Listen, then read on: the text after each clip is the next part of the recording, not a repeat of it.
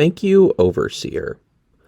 This is a story that is a prime example of what I call lore filling. This is not a story that needed to be told per se, but it can be told to add additional background information to Vault 101.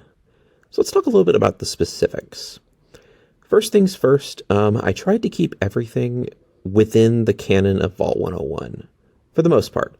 I did make some exceptions. I did adjust things a little bit. I rewrote it so that the Lone Wanderer is skeptical of James when James tells him that, or her, that they've always been born in the vault. And I didn't have them outright suspect that was a lie, because I would have been a little bit too far while staying aligned with canon, but I did rewrite things slightly, so they're a little bit more suspicious. As for the rest of the story, I really liked a chance to see Megaton early in its life. Because you got to figure that, there would be some escapes early in Vault 101's history, given what was established in the canon timeline. So I showed Megaton when it was still just a small refugee settlement, still new, and I had one of Vault 101's residents go there. And I think that turned out pretty well. Something else that's also in the story is I think this is the first time I was able to really use choruses extremely well. Peace Through Might was where they debuted, but I think Thank You, Overseer was where I really got a chance to refine them. A chorus, for those who don't know, originates in ancient Greek plays, and essentially they act as a peanut gallery of sorts. They comment collectively on the course of the action, and they also sometimes talk to the main protagonist and either have them realize things or just, go back and forth with them.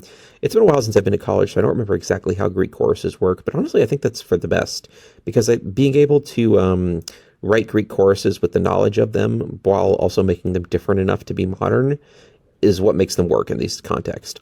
I don't know if they completely work, but I've started to incorporate them regularly into my opera fics. All opera fics have choruses. Most of my other stories have choruses now. If I'm being honest, that's also partially a substitute for prose, since I've gotten kind of burned out on prose after months and months of writing nothing but prose.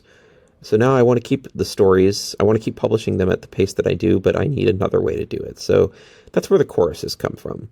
In this particular story, the choruses are essentially meant to comment on the convention. They're essentially meant to represent the conventional wisdom about Vault 101 being closed. What I wanted to do differently here is I wanted to close Vault 101 forever, because most players open Vault 101 and have the Vault Dwellers interact with the Wasteland. In this one, I wanted them to close the door, and I wanted them to keep it closed, because I think that works better, in the context of this story, of course. And I had a little bit of a MacGuffin with the FEV, so they don't have to worry about inbreeding. And then 500 years later, they're still living and dying in the vault. I think that fits for a story named Thank You, Overseer. But of course, you can be the judge on that.